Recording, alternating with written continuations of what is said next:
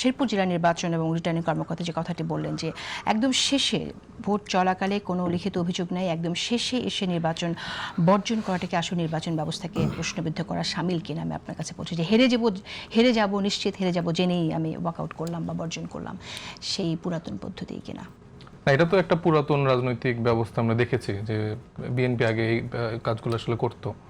কিন্তু বর্তমানের যে সিচুয়েশন সেটা আমি পর্যবেক্ষণ করার চেষ্টা করছিলাম থ্রু সোশ্যাল মিডিয়া বা ওইখানকার যে মিডিয়াগুলো আছে, তো সেখানে তো আমি আসলে দেখলাম যে একদম মানে 15-16 বছরের বাচ্চা কাচ্চারা বিএনপির নামে ভোট দিতে যাচ্ছে। তারপরে ওইখানে যারা জামাত ইসলামীর পোলিং এজেন্ট তাদেরকে ব্যাপক মারধর করা হচ্ছে, বা অন্যান্য যে প্রার্থীরা আছে তারাও আসলে সেইভাবে সেখানে খুব একটা সুযোগ পাচ্ছে না নিজেদের ভোটাধিকার প্রয়োগ করার জন্য।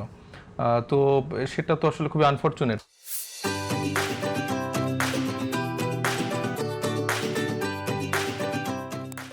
কারণ অলরেডি 2/3 মেজরিটি নিয়ে বিএনপি গভর্নমেন্টে আছেন, সরকার গঠন করেছেন, এবং তাদের কাছে তো একটা সবাই আমরা সুশাসন এবং তাদের অধীনে আমরা চিন্তা করেছিলাম যে আসলে যদি হয় তাহলে সারা দিন কোনো লিখিত অভিযোগ কেন গেল না?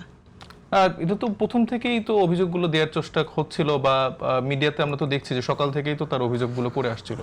কিন্তু আমার যেটা মনে হয়েছে যে আমি যদিও ব্যক্তিগতভাবে তো ওনাদের সাথে যোগাযোগ করিনি, বা আমাদের দলের তো উনি কেউ প্রার্থী না, জোটের জায়গা থেকে আমি যতটুকু বুঝেছি যে ওনারা সর্বোচ্চ চেষ্টা করছিল যেন নির্বাচনটা কমপ্লিট করে আসা যায়, কিন্তু শেষ পর্যন্ত দেখা গিয়েছে যে কোনোভাবেই সেখানে সুষ্ঠুভাবে ভোট অনুষ্ঠিত হয়নি।